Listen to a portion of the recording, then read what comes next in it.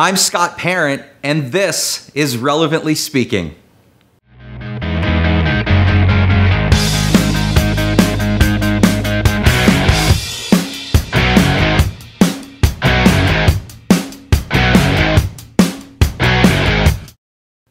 Hi everyone, welcome to this week's show. This week we have an interview that's one of my favorite that we've ever done.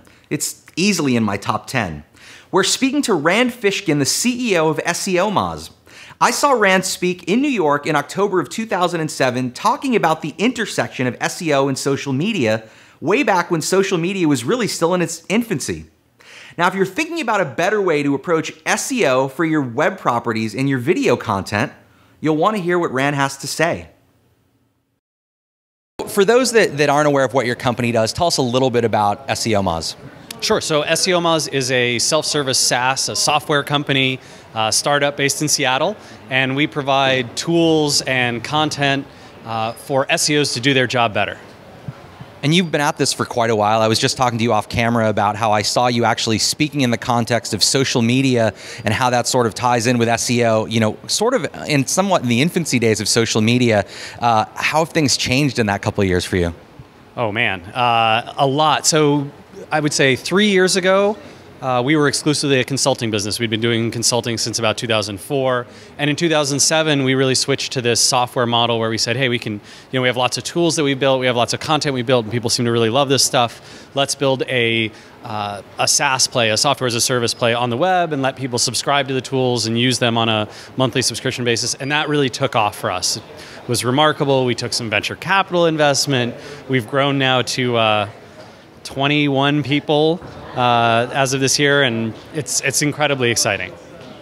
When you talk to companies or individuals that are talking or thinking about SEO for their websites, what are some of the mistakes that you see people make time and again that you say, okay, I have to talk you through this a little bit? Yeah, well, one of the biggest mistakes that I think I still see people see around SEO is that they consider it two ways, both of which are dead wrong, and both of which will cost you a competitive advantage to someone who thinks about it correctly. First one is that they think SEO is something that they tack on after they've built their product, service, website, whatever. So you have a lot of these big companies, media companies, e-commerce companies, traditional companies, even consulting services, whatever business they are, and they think, all right, build a website, get the product, oh right, SEO, let's add that in too. And that's the worst move you can make. If you architect SEO from the beginning of your productization, if you put it in with the product group, with the strategic group, you will build something 10 times better than what someone who's doing it after the fact can do. If you don't have that expertise when you start product planning, you're just going to lose out to the people who did. And that's a tragedy, right? You want to have a win in this department, you got to do it. The second thing is that they think SEO is a one-time activity. Oh, right, we got to do SEO for the website. Hey, did we do that? Yeah, we contracted somebody last year. Okay, good, we did our SEO.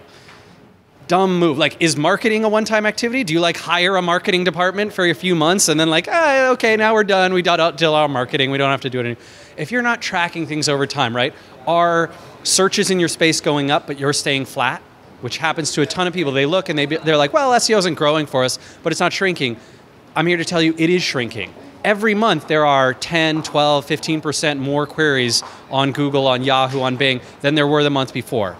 So if you're looking flat, or if you're not trending up in the same direction that the rest of your industry is, you're losing share to competitors. And this is something that people just don't think about when they look at their numbers. The idea that you could do SEO one time needs to die, or, well, it doesn't need to die. It could just be that the successful companies at SEO will keep it on going and the other ones will fall to the wayside. How is the landscape? We have YouTube, we have, audio content, tons of video content, and we are helping the search engines by transcribing some of that content into text, but how is that this sort of flood of rich media, how is that changing the way that Google indexes things, or, and how far off do you see Google or Bing being able to index the content of video or the content of what's being said in an audio file? Not very far at all. So actually, there was a piece on NPR maybe 2 or 3 weeks ago. I was driving back from Portland with my wife, and we're listening to this NPR piece, and it's great. They get, one of the guys from YouTube, he was actually deaf himself. He's a deaf user, and he says, he's sort of talking through an interpreter and saying that, he specifically works on transcribing and automatic transcribing of content from YouTube. And look, I mean, the NPR host was like, well, I found a bunch of examples, and here's some ones. And he's like, yeah, we're not good at proper nouns. We're not good at names. Are they working on it? Absolutely. Is it still a few months to a year or two away? Yeah. But is it happening? Absolutely. This is not like the far-flung future. This is right around the bend. Now, Rand is an incredibly busy guy, and I want to thank him for taking time out of his schedule to talk to us. That's our show for this week. My name is Scott. Thank you for watching.